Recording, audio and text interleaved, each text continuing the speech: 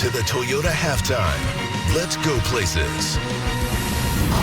Watch me. To the pylon. He's got it. Touchdown, Joe Mixon. Have a nice day. Enjoy the chowder. Up the middle. Big holes. Touchdown, Ravens. And the king is holding court again. The Buccaneers are over 50. Sean Tucker has scored another touchdown. Najee Harris racing towards the end zone like Superman. Laid out and got the end zone. A desperation throw. Jordan Love to his good buddy. A sensational touchdown. Throwing loud, left corner of the end zone. And a 4-pack for number 18, Caleb Williams. How about a little razzle-dazzle in the Lone Star State? 52 yards. That was a great Sunday fun day, and if you're in the NFC North, you know you're having a great Sunday because it's the first time since realignment in 2002 that all 4 teams in the division have at least 4 wins through 6 weeks of play. Maybe the most dominant win we saw was the Lions. We didn't see the Vikings because they're on their bye week, but what impressed you most, you would say, from the Lions and the Cowboys today? It's the way they play the game. This is this physical team on offense. They can run you over. They can do all that, but then it's this creative side. Ben Johnson, flea flicker pass to Laporta.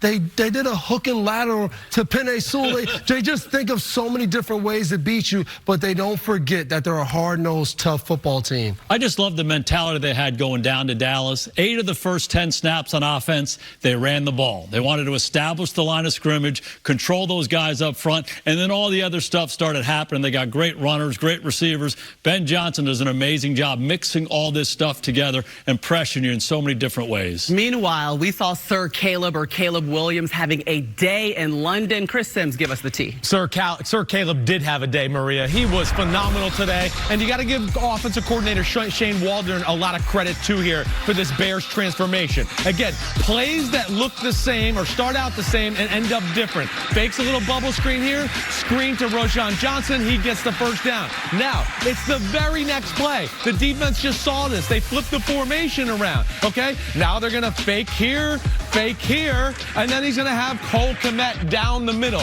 Really creative play design right there. You couple that with the talent that Chicago has. Caleb Williams on fire at quarterback right now. Maria, the Bears are hot. Caleb Williams is hot. Yeah, speaking of hot, how about this? 5 offensive touchdowns in consecutive games. That's the first time since 1956 for the Bears. And historic for the Lions, too. 40-plus points in consecutive games. First time since 1962. But not all good news for Detroit.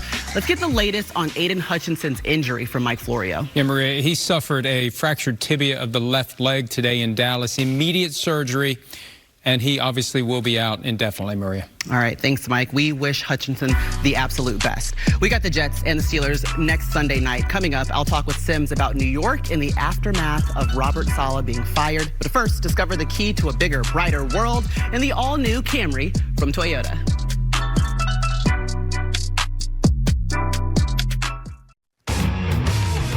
Well, it was a crazy week in New York sports as we're watching the Giants here at halftime.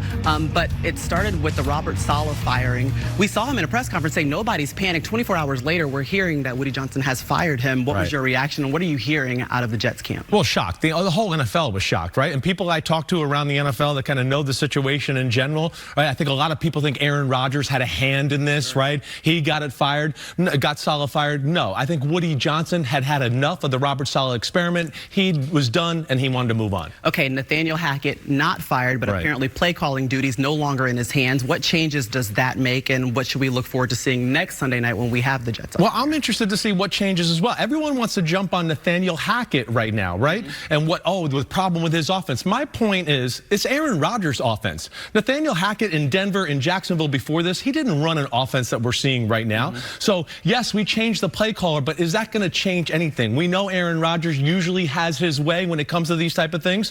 We'll see tomorrow night on Monday night or next week on Sunday night if things do change. Yeah, taking on the Steelers. I mean, what would you do to change this offense to make it look any better? Well, the thing I would say is Rodgers, it can't be all about him. They need to run the ball. They need to protect him. He's got one of the greatest arms ever. Let's keep people in and let's let him throw the ball down the field to Garrett Wilson and company a little bit. Remember, the Jets haven't made the playoffs in 13 years. That is the longest active drought in the NFL, so something has to change. Yes. We'll see next Sunday night what it looks like. Right now, it's halftime between the Giants and Joe Burrow. All he did was run one in for a touchdown, just like we expected, right? Yeah, just like you're right. Hey, he's got those cool Nike sneakers on. He might as well use them for something.